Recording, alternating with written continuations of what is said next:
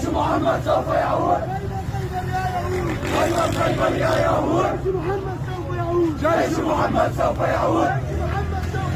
جيش محمد سوف يعود. الله أكبر. الله أكبر.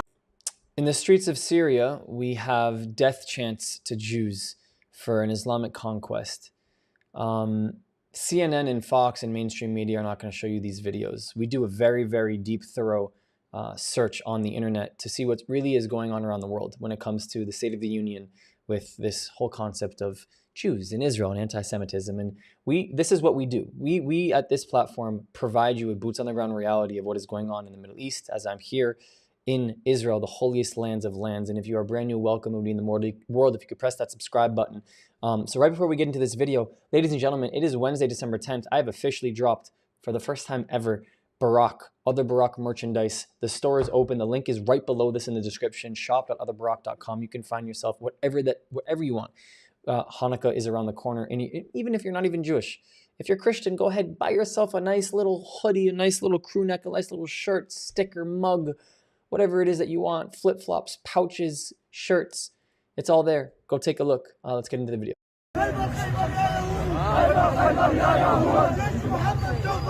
جيش محمد سوف يعود. خيبر خيبر يا يهود. جيش محمد سوف يعود. جيش محمد سوف يعود. الله أكبر. الله أكبر. نحن جند القادسية. نحن جند القادسية. جند سعد والبراء. جند سعد والبراء. نحن لا نخشى المنية. نحن لا نخشى المنية. نهر جنة الاتباع. نهر جنة الاتباع. الله أكبر. You know, I want you to go back, if you guys can, to some of the early videos that I highlighted on my channel early in the year. Earlier in the war, excuse me, 2024, when I was going to Washington, D.C., and I was around all of the anti-Israel, pro-Palestinian protesters who were outside of Capitol Hill while Bibi Netanyahu was testifying. I have footage on my channel of American citizens holding the same flags that you just saw in this video. I have footage of Americans holding not only the same flags, chanting the same chants as you just saw in this video. I have footage of Americans in Washington, D.C. holding the same flags, chanting the same chants, and burning and wishing for the same death of the same people in the same country as you just saw in this video, not just in English, in Arabic as well.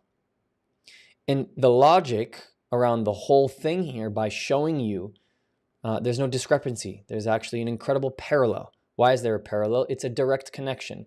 Because you have people in the West, you have these motivated college students that don't have a lot of the same accountability held against them as maybe other places in the world, where you can see some of these European police enforcement officers really stomping their foot on people. And really, that's an analogy for literally, but also putting a hold to a lot of the things that people are doing.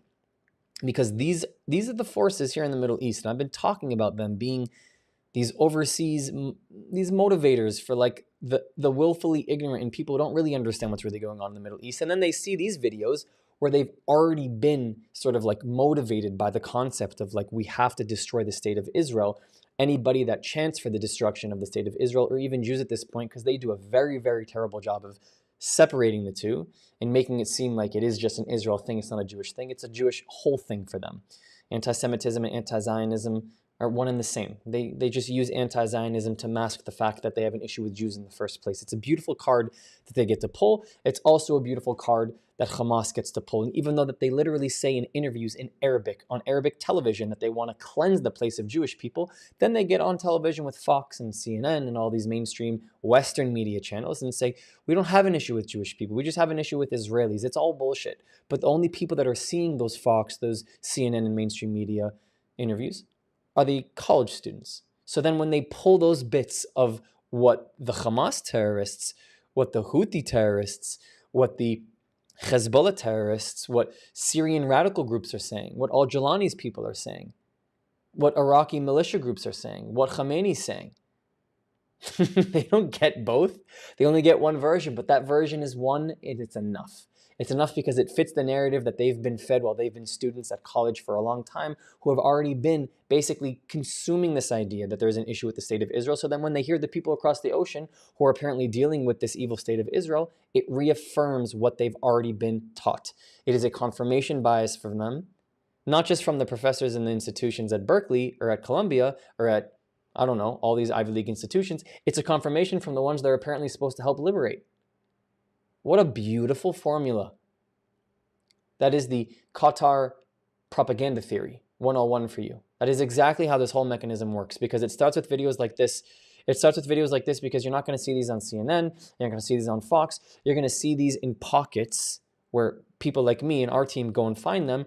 But boy, oh boy, this is exhilarating, as I'd like to quote that professor from Cornell University, I believe it's Cornell, near Ithaca, if I'm not mistaken, who was exhilarated. What is that? What the word that he used? That famous professor interview in the beginning of the war, where he felt so exhilarated by the content of Hamas terrorists going into Israel and just butchering people, massacring people, slaughterfest, Call of Duty slaughterfest mode with no one to stop you.